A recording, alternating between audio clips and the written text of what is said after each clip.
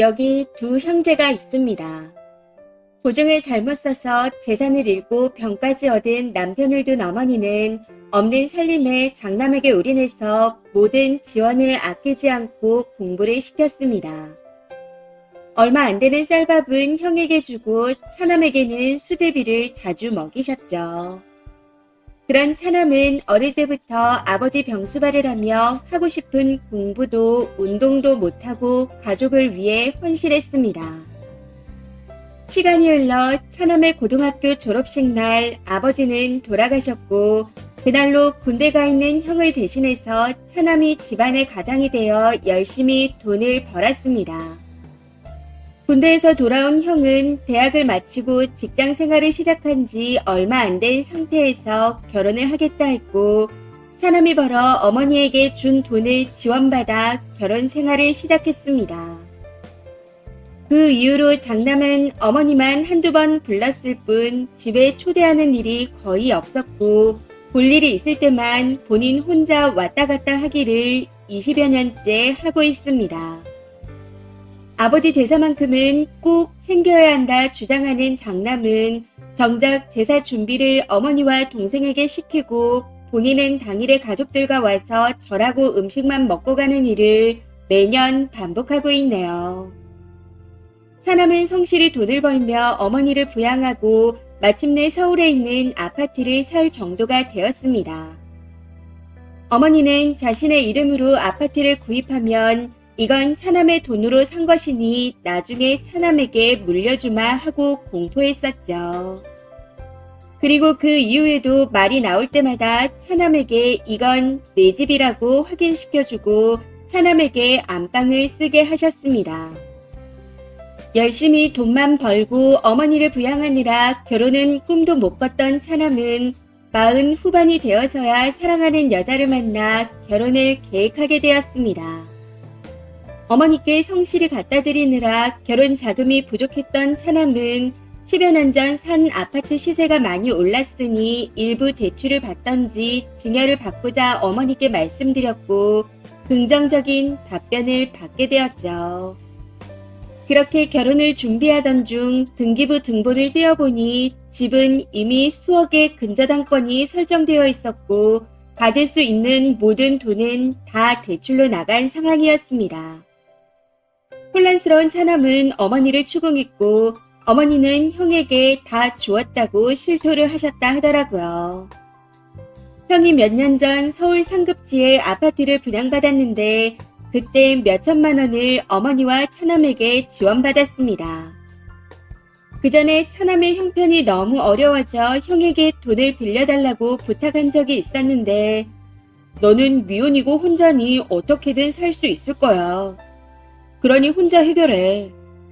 이런 말로 단칼에 거절당한 지 몇 년이 지난 시점이었네요. 착한 차남은 그럼에도 불구하고 형이 집값을 지불하는데 어렵다 하니 돈을 빌려준 거였고요.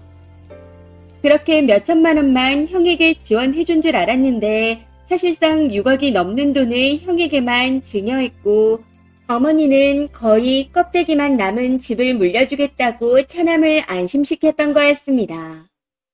이 사실을 알고 차남이 받은 충격과 실망은 이만저만이 아니었네요. 그 충격으로 며칠 동안 알아놓을 정도였으니까요.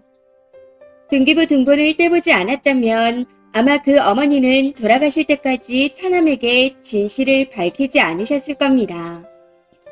그리고 마지막 날까지 차남의 부양을 받으며 선심 쓰듯 집을 형제에게 공평하게 남기고 가셨겠죠. 차남의 신부감인 저를 만나자마자 우리 집안은 다른 건 내세울 게 없지만 정직하고 서로에게 비밀이 없다 라고 말씀하시니가 바로 그 어머니입니다. 지금 생각해보면 눈 하나 깜짝 안 하고 태어나게 그런 거짓말을 하셨다는 게 소름이 끼칠 정도예요. 차남이 넉넉히 주는 용돈이 모자란지 몇백씩 얼른 붙여달라고 전화를 하셨었는데 실은 형에게 내준 대출금을 갚기 위해 그런 전화를 하신 거란 걸 나중에 알게 된 건 보너스였네요. 항상 정직해야 한다고 아들에게 강요하신 분이 본인을 부양해온 착한 아들을 계속 속여오셨던 겁니다. 그 배신감은 당사자가 아니더라도 이루 말할 수가 없더라고요. 이 남자가 너무 불쌍하지만 이런 어머니와 그 형이라는 사람과는 가족을 이룰 수 없을 것 같습니다. 착해서 만났지만 너무 착해서 놔줘야 할 것 같아요. 단호하게 끊어내지 못한 남자를 보며 이건 아니다 싶더라고요. 이 남자를 사랑하지만 그동안 그가 살아온 삶을 생각하면 그 무거운 짐들을 같이 짊어지고 살아갈 자신이 없습니다. 앞으로는 이 착한 남자에게 행복한 일만 있기를 바라며 마지막으로 여기서라도 파렴치한 형과 어머니를 고발하고 싶어 글을 써봅니다. 댓글입니다. 첫 번째, 애초에 본인이 번 돈으로 집을 사면서 굳이 어머니 명의로 하는 것부터가 멍청한 겁니다. 어머니 명의면 돌아가시고 상속 대상이 되는 건데 몇십 년이 지나고 나면 본인 돈인 걸 증명하기도 어렵잖아요. 그건 효도가 아닙니다. 30년 넘게 같이 살면서 자기 엄마가 어떤 사람인지도 몰랐다는 건데 그건 멍청하다고밖에 할 수 없겠네요. 두 번째, 성인 남자가 자기 밥그릇도 못 챙기는 건 모자르다고 하죠. 앞에서는 상처 안 받게 착하다고 하지만 뒤로는 이용해 먹기 딱 좋은 모자른 놈이라고 합니다. 괜히 엮이면 같이 이용당합니다. 시간이 지나 힘들다 하면 가족이라는 이유로 외면 못할 거예요. 자기 혼자 그러면 상관이 없지만 옆에 사람에게 똑같은 걸 기대한다는 게 문제죠. 단호하게 헤어지시는 게 좋을 겁니다.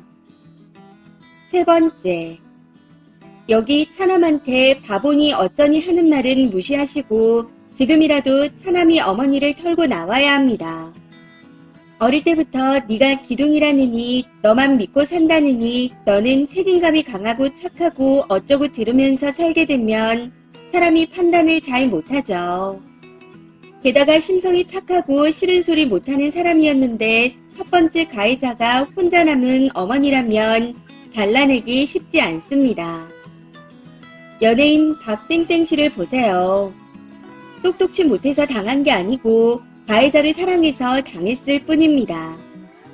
참 슬픈 얘기인데 피해자 비난하는 글이 많아서 안쓰럽네요. 네 번째, 저 사람하고 엮이면 골치 아프다는 건 동의하지만 병신이니 모자라다느니 이런 말은 아닌 것 같아요. 저렇게 부모한테 다 털린 연예인들도 많은데 이런 식으로 말하진 않잖아요. 저게 딱 가스라이팅을 당한 사람의 정석인데 피해자한테 욕을 하진 마세요. 다섯 번째, 소송을 거세요.